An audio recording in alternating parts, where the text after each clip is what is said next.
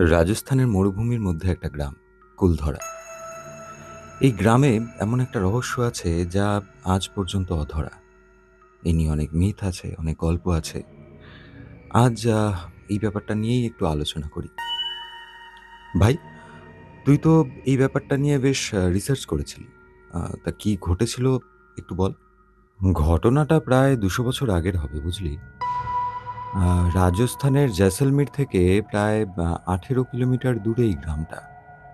এখানে থাকতেন পালিওয়াল ব্রাহ্মণরা। খুব বুদ্ধিমান ছিলেন তারা। কিন্তু এক রাতে গোটা গ্রাম, শুধু যদিও একটা গ্রাম নয়, প্রায় ৮৩ না ৮৪টা গ্রাম একসাথে সেখানকার সমস্ত লোকজন গায়েব হয়ে যায়। গায়েব মানে? না মানে এভাবে তো কেউ হুট করে গায়েব হয়ে যেতে পারে না। এর পেছনে নিশ্চয়ই কোনো কারণ আছে। হ্যাঁ, লজিক তো একটা অবশ্যই আছে। মানে সে তো থাকতেই হবে। আম শোনা যায় আ এই জয়সলমীরের এক দেওয়ান ছিল। নাম সালেম সিং। সেখানকারই কোনো একটা গ্রামের মেয়েকে তার খুব পছন্দ হয়। তো মেয়েটি রাজি হয়নি তার প্রস্তাবে। আর তার ফলে সালেম সিং খুব রেগে যায় এবং গ্রামের সকলকে হুমকি দেয় যে সেই মেয়ে যদি রাজি না হয় তাহলে পরে সে গোটা গ্রামকে শেষ করে দেবে। হুম, তার মানে কি সেই অত্যাচারীর ভয়েই আ গ্রামের মানুষ সব পালিয়ে যায়? হ্যাঁ, সেটা হতে পারে। এমনও হতে পারে এই দেওয়ানের হাত থেকে সেই মেয়েটিকে বাঁচানোর জন্যই গ্রামবাসীরা সেই গ্রাম ছেড়ে চলে যায়। তবে শোনা যায় তারা যাওয়ার আগে একটা অভিশাপ দিয়ে গিয়েছিল।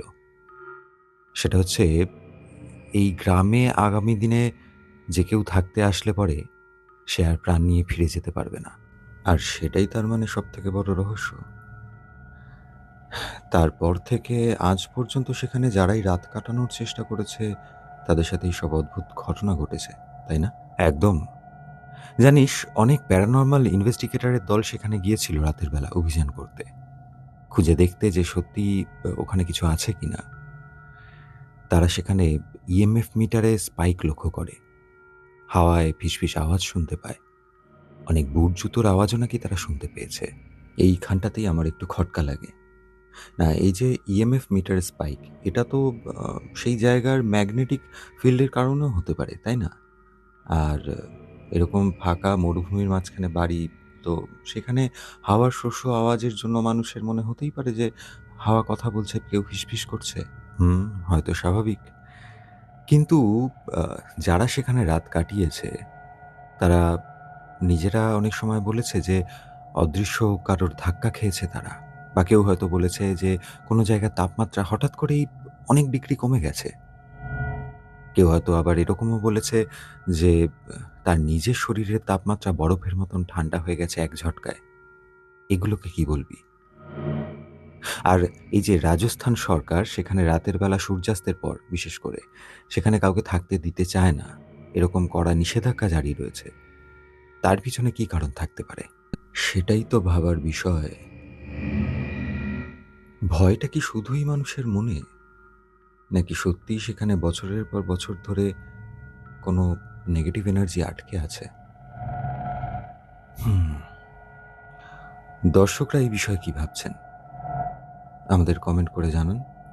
কুলধারা কি সত্যিই অভিশপ্ত? হ্যাঁ, আপনাদের উত্তরের অপেক্ষায় রইলাম। দেখা হচ্ছে আগামী পর্বে এমনই কোনো অমীমাংসিত রহস্য নিয়ে। ততক্ষণ ভিডিওটা ভালো লাগলে লাইক আর সাবস্ক্রাইব করে দেবেন, আর হাইপ করতে কিন্তু ভুলবেন না। দেখা হচ্ছে।